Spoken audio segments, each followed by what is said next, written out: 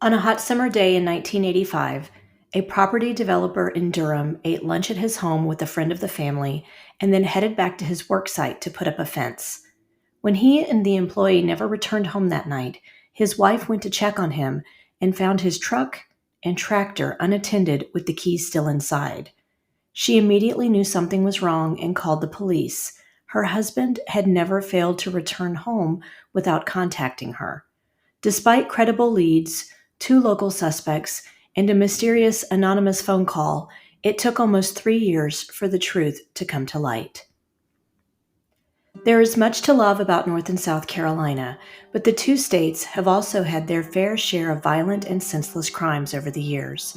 From murders on the Blue Ridge Parkway, in the heart of big cities or sleepy college towns, and along the coastal waters, some of these stories may be new to you.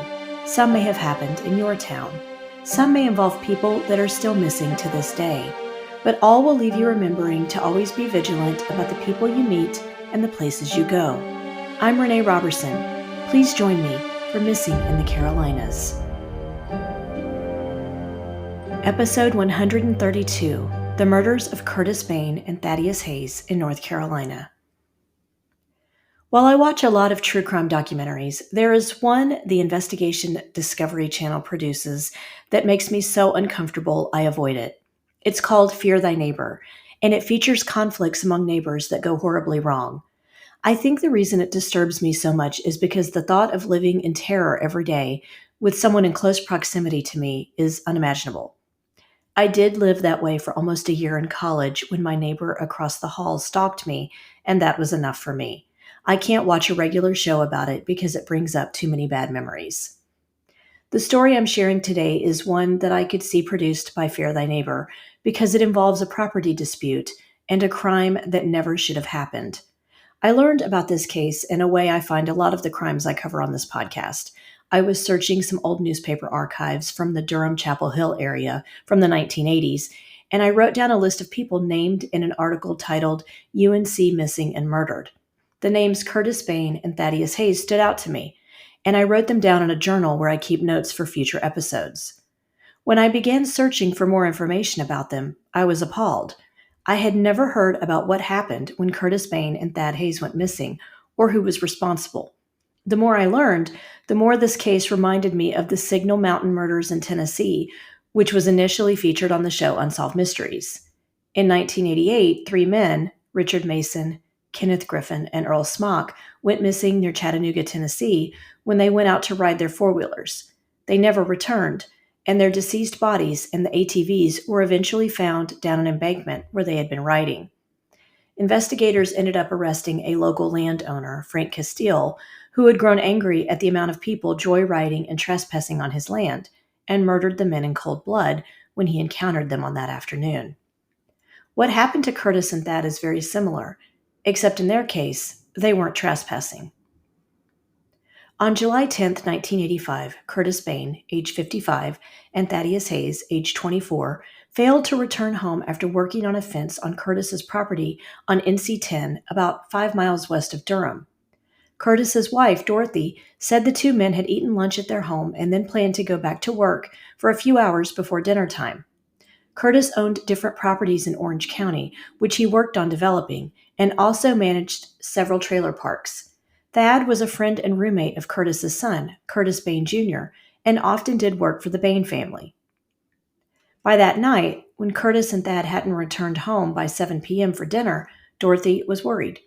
She drove to the work site and found her husband's pickup truck there, with the keys still in the ignition, along with a John Deere tractor that belonged to him.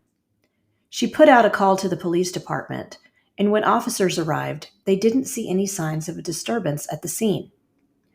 One of the more perplexing things about this case was the fact that these two adult men had seemed to vanish off the face of the earth. Curtis Bane was about 6 feet 2 inches tall and weighed around 210 pounds. He was last seen wearing dark blue pants, a white and beige striped shirt, brown boots, and a yellow cap.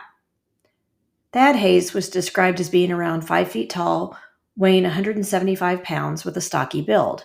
He had black hair and was wearing work pants and a blue shirt. Friends who knew Curtis said he was a physically strong man, making these disappearances even more baffling.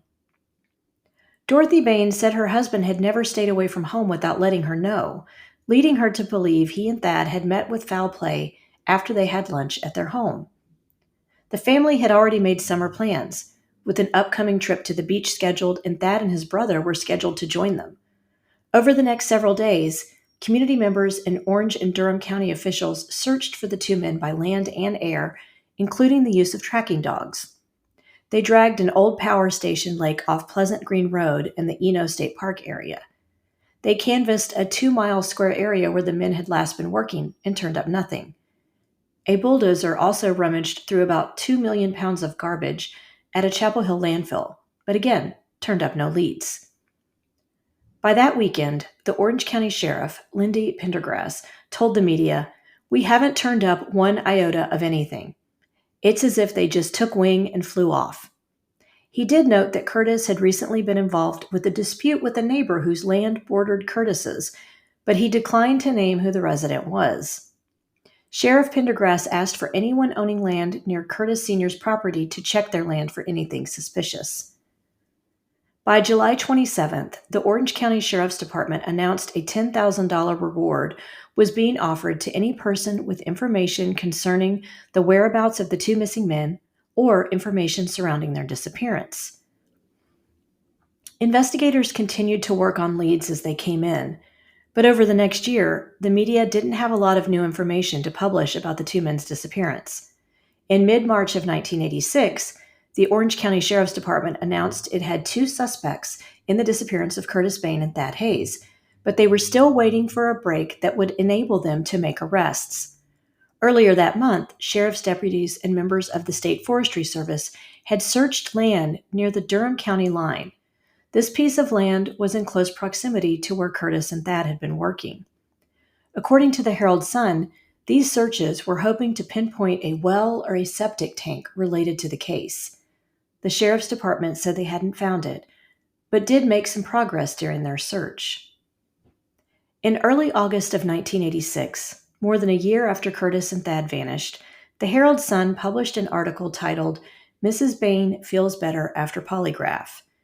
This article reported that Dorothy Bane had taken a polygraph test in Raleigh, administered by the State Bureau of Investigation. Her pastor accompanied her for moral support. Her attorney advised her to take the test so that she wouldn't appear connected or guilty of anything having to do with her husband and his employee's disappearance. Her son, Curtis Bane Jr., had taken a polygraph the previous August. Dorothy had waited because the SBI told her she was probably too upset to take it when her son did. After Dorothy took the polygraph, Sheriff Pendergrass said she had never been a suspect in her husband's disappearance. He said they didn't ask her to take the test to determine her guilt or innocence, but to clarify a few points that had become confusing in the year since the two men went missing. On December 21, 1987, the News and Record published an article titled, "Orange County Search More Than 2 Years Old, but Information Scarce." The lead paragraph read, "Law officers who have been searching for 2.5 years for 2 Orange County men are looking for a happy ending, but while the case remains open, the doors of information remain firmly latched." The Baines and Hayes families' fears that this case would never be solved changed almost 3 years after Curtis Bane and Thad Hayes went missing from their work site. On July 1, 1988, Orange County District Attorney Carl Fox held a press conference and shared that Charles Antonio Buchanan, age 34, a former deputy with the Durham County Sheriff's Department, had been arrested and charged with 2 counts of first-degree murder. He said murder indictments were planned for another suspect, 34-year-old former Durham police officer Lance Craig Franklin. At the press conference, Fox said their investigation showed that the 2 men had shot and killed Curtis and Thad after an argument over a property line. Investigators believed the 2 men were shot the night they disappeared, although at the time of the arrests, their bodies had not been recovered. Fox said the 2 men had been suspects since Curtis and Thad disappeared in July of 1985, and tips from members in the community also pointed to their involvement. However, Fox said the arrest was only made after an examination of the totality of evidence. He declined to provide any more information about the evidence at the press conference.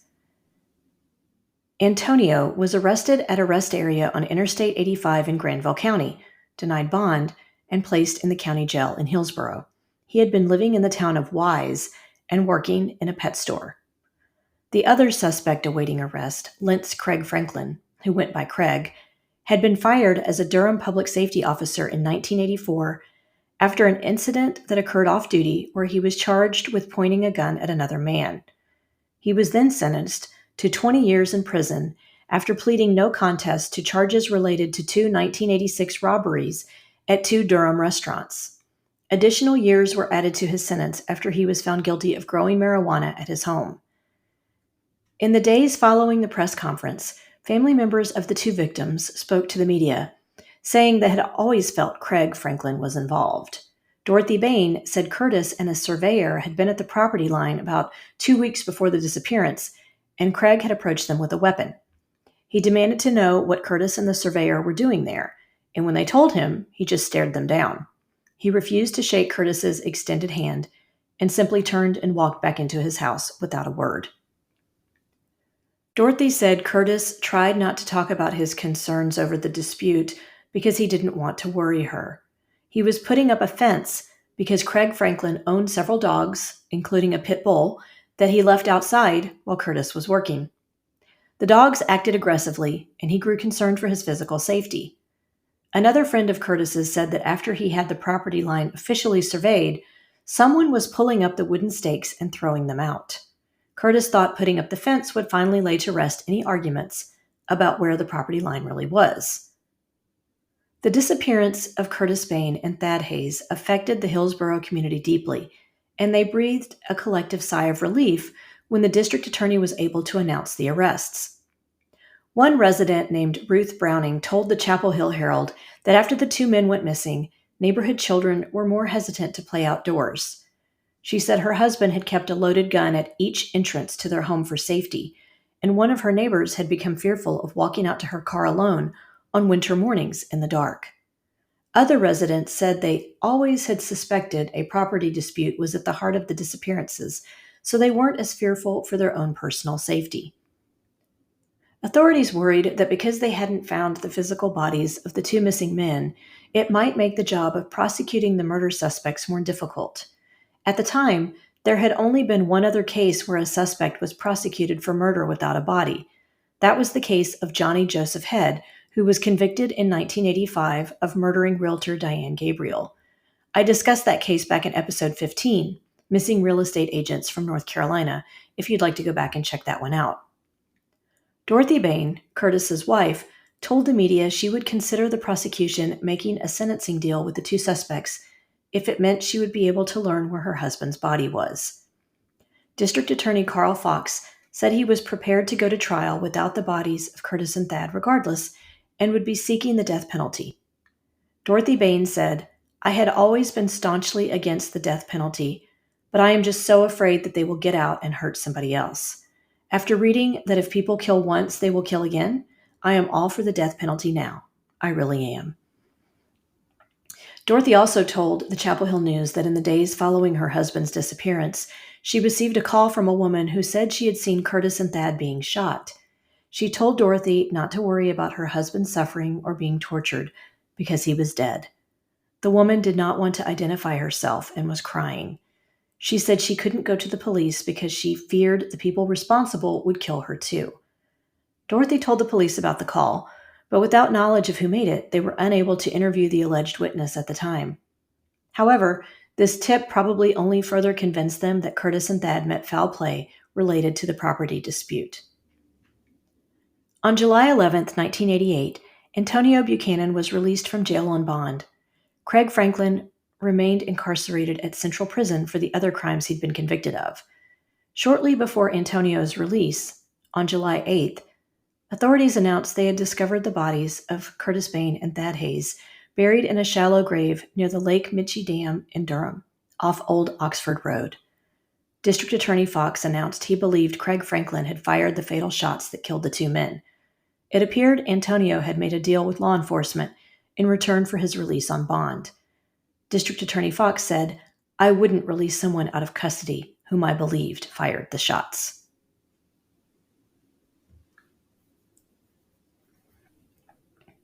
Before we continue, let's take a quick break for a word from our sponsors. I had been unhappy with my old podcast host for a while and was looking for other options. I discovered Riverside FM and learned that for one low monthly fee, it would help me record the podcast and utilize video capabilities. It uses AI technology to easily create clips from each episode that I can then share on my social media accounts. I do not consider myself very tech savvy, but audio and video editing with Riverside FM software has been a breeze, and I look forward to recording days now. If you are looking for a company that will help you with all your podcasting, webinar, and video needs, I encourage you to check out Riverside FM. You won't be disappointed. I'll include a link for you in the show notes. There are a lot of trends floating around on social media on the best way to keep your skin looking hydrated and youthful. But I don't like to follow fads, especially when I find a product that works. Enter the products from SkinX Erin. I use her pre-cleanse oil, hydrating beauty oil, and perfecting night oil, and I was hooked from the first drop. The pre-cleanse gently removes dirt, impurities, and even waterproof makeup without tugging, all without stripping or drying out my skin. In addition to keeping your skin clear, it also helps your skin feel firmer and reduces the signs of aging. The hydrating beauty oil is a powerful and effective skin hydrator that never leaves your skin feeling greasy. The signature squalane oil is known for its anti-inflammatory and anti-aging properties. It's perfect for treating skin conditions like acne and eczema and reducing the appearance of wrinkles. The Perfecting Night Oil is loaded with vitamins E and A and is rich with antioxidants and omegas that nourish skin, replenish elasticity, and reduces stretch marks. A few drops a day leave skin smoother, more vibrant, and youthful. My skin instantly drinks in these oils, and I have never had a problem with them leaving residue on my clothes or sheets at night, only giving me a healthy glow that my husband often compliments me on. In fact, he's even been known to steal the bottles on my bathroom counter for himself. Want to try out the products for yourself? Go to shopxerin.com and use the code MissingCarolinas10 for a 10% discount on your order. And now, let's get back to the show. The autopsies of the two men showed Curtis Bane had been shot once in the back of the head, while Thad had been shot twice in the back of the head. The suspected murder weapon was a small caliber pistol.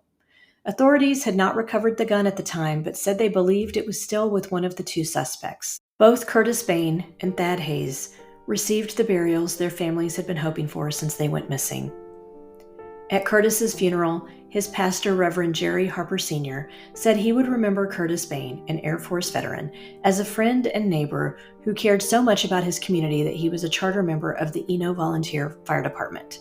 He was a lifelong resident of the area who'd attended high school in Durham and college at Campbell University and the University of North Carolina. At Thad's funeral, he was remembered as a carbon copy of his father, devoted church member, and a young man who wasn't afraid to work two jobs, including the one that ultimately cost him his life. In early June 1989, former Durham police officer Craig Franklin pleaded guilty to 2 counts of second-degree murder in the July 1985 slayings of Curtis Bane and Thad Hayes. Superior Court Judge Craig Ellis sentenced him to 2 terms of life imprisonment, plus 40 years for 2 June 1985 break-ins in Durham County. He had set fire to a building at Durham Academy on Academy Road, and while his former fellow officers were away from the station, stole a shotgun and 6 pistols belonging to the department. He then used one of those stolen handguns to murder Curtis Bane and Thad Hayes. Antonio Buchanan told investigators Craig Franklin became so enraged over Curtis Bane putting up a fence near his house that he dug the graves up near the dam ahead of time.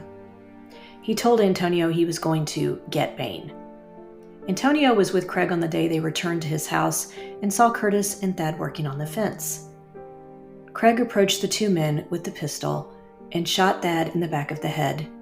When Curtis saw what had happened, he tried to flee the scene before being shot twice. Craig and Antonio then drove the 2 men's bodies to the gravesite, poured gasoline on top of them, and then buried them. In exchange for his cooperation, the district attorney dropped the murder charges against Antonio Buchanan. During his sentencing hearing, Craig Franklin told the Bane and Hayes families, "I am sorry for what has happened. I know it will not make anything right. I am not the character of evil the media has made me out to be. I pray to the same God as you do." On September 3, 1989, the Chapel Hill Herald published an interview they conducted with Craig Franklin in Central Prison. I'm not going to get into all the details here, because I believe he was trying to minimize his involvement in the murders. One thing he did say was, "I was a trained police officer. I know how to commit a first-degree premeditated murder and get away with it. I'd never do something that stupid within coin-thumping distance of my house." He did admit he'd become addicted to cocaine after being fired from the Durham Police Department. He said after the initial confrontation with Curtis Bane over the property line, they'd been cordial. He even said Curtis had come up to his door once to ask him to put his dogs up while they were working on the fence, and he'd agreed. This does not line up with what Curtis had told his wife, Dorothy, about their encounters. He denied planning the murders ahead of time and said he was high on cocaine when he and Antonio had gone out to his backyard for some target practice and crossed paths with Curtis and Thad. According to his statement, he became involved with an altercation and shot both men then. But in this new confession, he said he had shot both men in the chest, which did not line up with the details from the autopsies that showed Curtis and Thad had been shot execution style. Craig said he and Antonio hid the men's bodies on his property until his wife came home so they could take them elsewhere in her truck. He said they had not dug the graves up ahead of time, like Antonio Buchanan stated. He said a lot of other things during this interview about his many crimes, but Craig Franklin seems like the type of man who has a high opinion of himself and always has an excuse for anything he does wrong. When the Chapel Hill Herald reached out to the Chatham District Attorney Carl Fox about Craig's new revelations, he wasn't shocked. "I'm not surprised by what Mr. Franklin is saying, but you have to consider the source and where he is now. It is only natural to expect Mr. Franklin would be very resentful about being in prison and Mr. Buchanan being on the outside." Craig said he had accepted the plea deal offered to him because he didn't want to risk getting a death penalty conviction from a jury. Antonio told investigators he had not taken drugs on the day of the murders, even though Craig said he had. Antonio said he went to the house that day to try and talk Craig out of committing the murders, even if he was unsuccessful. Craig Franklin had apparently shared details of the murders with other inmates while he was incarcerated, and they matched up with the details Antonio had shared. Craig didn't seem to have any remorse over the murders of Curtis and Thad. He did tell the Chapel Hill Herald he needed a lesson, and he got it. He said his first 2 years in prison had been good for him, and that he'd kicked his cocaine addiction. He said that despite being an ex-police officer, he got along with his fellow inmates just fine. He did add he hoped to be released in 15 to 20 years, and was hopeful it would happen due to prison overcrowding. His exact quote was, "They've got to make changes with the prison overcrowding, and these people can tell I'm not the run-of-the-mill type convict." By the way, I checked, and Craig Franklin is still incarcerated at the age of 67, although he now resides in a prison in Sanford rather than Raleigh. I guess the prisons never got so overcrowded anyone felt the need to release him. I do wonder about the female witness who called Dorothy Bane after the murders. She could have been a neighbor who witnessed the shootings, or maybe even the wife of Craig Franklin. I have to respect that she did try to do the right thing, even with her own life in jeopardy. She tried to let Dorothy know her husband wasn't out in the world suffering, and that he hadn't run away from his family, even if she was too fearful to name the perpetrators. It's hard to know what any of us would do in that same situation. This brings us to the conclusion of this episode of Missing in the Carolinas. If you enjoyed this episode, please do me a favor and give it a 5-star rating wherever you listen to your podcasts. If you'd also like to support the show in a small way, you can buy me a coffee over at buymeacoffee.com, Renee Robertson. Thank you so much for those who have already supported me through this platform. We're also on Instagram, Facebook, and YouTube, so please like our pages and get started on a discussion of the missing people and cases profiled on the show. Do you know of a missing persons case in North or South Carolina that you think should be covered? Email me at missinginthecarolinas@gmail.com with any details you can share. Cover art for this podcast was designed by Macintosh Multimedia. Sound editing is provided by Daniel Robertson. Thanks so much for listening.